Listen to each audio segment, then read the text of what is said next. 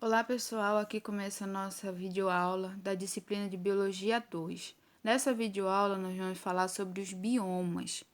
Sabemos que no nosso planeta existem ambientes diferentes, com climas diferentes, com vegetação diferente, com animais que são específicos desses ambientes. Então nessa videoaula nós vamos falar um pouquinho sobre cada um desses biomas que estão presentes no mundo. Mas o que são biomas? São conjuntos de ecossistema do mesmo tipo, ou seja, são conjuntos de ecossistema que apresentam uma constituição típica, especialmente em relação à vegetação e ao clima. Cada bioma caracteriza-se pela diversidade de espécies que habitam nestas regiões, espécies essas que têm características comuns consoante certas zonas do planeta que queiramos considerar. Esses aspectos fazem com que cada bioma seja dotado de uma biodiversidade característica, que se adaptam ao longo do tempo. A distribuição dos biomas no planeta está relacionada a fatores físicos como quantidade de radiação solar recebida, sazonalidade das diferentes porções da Terra, padrões globais de circulação de ventos carregados de umidade, fatores geológicos como a distribuição das montanhas e demais características geológicas. E as principais comunidades do mundo, os biomas, são classificados de acordo com a vegetação predominante e caracterizados pelas adaptações que os organismos apresentam para esse ambiente. Observamos o nosso mapa e vemos como esses biomas estão distribuídos pelo mundo. E observamos que em todos os continentes existe a presença do bioma do deserto. E esse bioma e a sua diversidade? Essa diversidade depende da capacidade de adaptação de cada organismo, sendo essa capacidade uma constante para a classificação dos tipos de bioma. Então vamos lá. Os tipos de bioma. Nós temos as florestas tropical, úmida, os desertos, a floresta temperada de folha cacuda e úmida, pradaria, savana, chaparral, taiga, tundra, água doce e marinha. Isso mesmo, exatamente, a água doce e marinha. Esses também são ambientes que formam um bioma com a sua biodiversidade peculiares em cada um. Então vamos lá. As florestas tropical úmida. O maior exemplo de floresta tropical úmida é a floresta amazônica. Nestas florestas, a folhagem das árvores é muito densa, a altura média que chega a 30 metros, de modo que o solo existe pouca claridade, tornando estes locais úmidos. Nesta floresta, a fauna que existente são muitos animais, principalmente macacos, rãs, répteis, pequenos roedores. E existe uma grande biodiversidade. A floresta tropical, ela também chamada de floresta pluvial, é localizada entre os trópicos e a biodiversidade é muito grande devido às características de temperatura e umidade do ar elevado e as chuvas constantes. E uma característica marcante desse tipo de bioma é a vegetação. A floresta é altamente estratificada, formada por 3 estratos: superior, pelas plantas arbóreas muito altas, o intermediário, por plantas arbóreas de médio e grande porte, e o inferior, formado por plantas arbustivas. Os desertos. Os desertos, apesar de não haver vegetação, somente areia, mas ele é um bioma com menos vida. Mas isso não quer dizer que ele esteja totalmente morto. A composição geológica dele é basicamente de rochas, areias e o solo é pobre, daí a razão pela qual a flora no deserto é muito limitada. Por exemplo, os cactos são ótimos sobreviventes do deserto. As plantas que aqui se desenvolvem crescem e reproduzem-se em poucos dias. Nestes ambientes habitam pássaros, répteis, mamíferos e roedores. Nem sempre esse ambiente de deserto é quente durante o dia, como o deserto do Saara. Existem desertos com temperatura baixíssima, como os polares da Antártica, por exemplo, que apresentam baixa precipitação anual e temperatura podendo chegar a menos 65 graus Celsius. E a vegetação é praticamente inexistente e a presença de aves e mamíferos que são animais endotérmicos. A floresta temperada de folha cacuda.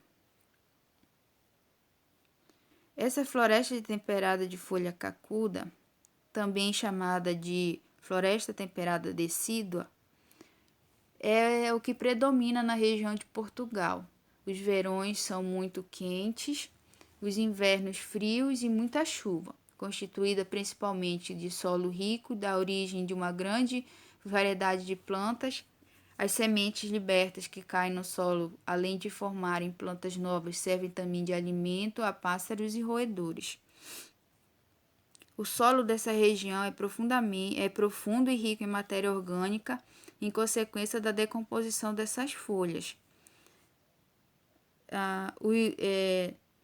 A fauna que predomina são mamíferos, como veado, ursos, esquilos, lebre, raposas, assim como aves e répteis e insetos. As pradarias nesse meio, ela tem muita precipitação, de maneira que a vegetação é composta por ervas rasteiras e arbustos, porque não há água suficiente para crescer em grandes árvores. Nesse bioma não há animais de grande porte. A savana. A savana, quando fala em savana, lembrando logo do continente africano, né? Mas quando o ambiente já é muito úmido, as ervas são altas e já existem algumas árvores, o nome dado a esse bioma é o de savana. Neste sim, já há animais de grande porte, por exemplo, elefantes, rinocerontes e zebras. No bioma da savana, há predomínio de gramíneas com árvores e arbustos bem afastados, formando pequenos grupos. A savana está localizada em áreas tropicais e subtropicais. No caso da savana africana, a fauna é constituída por grandes mamíferos como elefantes, girafas, leões, antílopes e rinocerontes.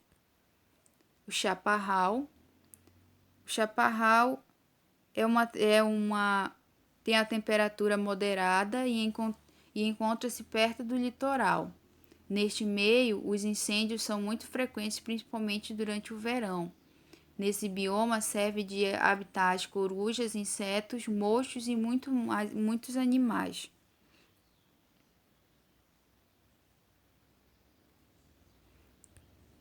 A floresta temperada úmida. Nas florestas temperadas úmidas, as temperaturas mais raramente descem abaixo de 0 graus centígrados e por meio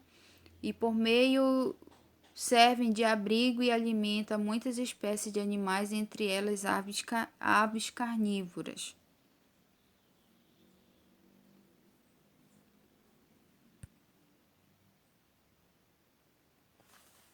A taiga. A taiga, ela é um bioma também chamado de floresta boreal. Esse nome se teve origem na Sibéria. Os invernos são muito longos e frios, a chuva não é frequente e quando acontece cai em forma de neve. Aqui as temperaturas são sempre negativas e os habitantes são entre muitos veados, garidos, ursos pretos, lobos, raposas, coelhos e lebre. Esse bioma está localizado no hemisfério norte. Países como a Noruega, Suécia, Finlândia, Rússia, Canadá e Estados Unidos abrigam grandes extensões de taiga. O solo é raso e composto por uma grossa camada de folha e pequenos ramos que sofrem constante reciclagem de matéria orgânica pelos decompositores. A tundra. A tundra provém da língua finlandesa, tuntúria, que significa terra despida de árvores. O ambiente na tundra é muito parecido com o da taiga. as temperaturas são baixas e neva com frequência, não crescem muitas árvores e na maioria dessa região os pântanos. Elas se localizam na latitude elevada da América do Norte, parte da Europa e da Ásia. Tem como principal fator limitante a baixa temperatura. A fauna é composta por bois almirascado, raposas do Ártico, lebres, doninhas, aves migratórias. E são observadas oscilações excessivas de densidade populacional de certos animais, principalmente pelo curto período de crescimento possibilitado por esse bioma. A água doce. Vamos ver por que a água doce ela é um bioma? A água doce está, na sua maioria, congelada nos polos norte e sul. Só 0,1 da água doce está nos rios, ribeiros e lagos neste bioma. Habitam muitos peixes, moluscos e mamíferos aquáticos. No ambiente marinho, no bioma marinho, 75% de toda a totalidade da água existente à face da terra é água salgada. Este meio acolhe caranguejos, anêmonas, sardinhas, carapaus, mexilhões, ostras, lapas e muitos outros. Corais são belíssimos centros de vida e de beleza de elevada biodiversidade. As algas alimentam e protegem os peixes mais pequenos. Então a gente observa que a água doce e o ambiente marinho, eles são também considerados biomas, porque eles existem neles animais que só sobrevivem naquela condição daquele ambiente. Só consegue sobreviver em ambiente de água doce, você só vai encontrar ele em ambiente de água doce. Assim também como o ambiente marinho.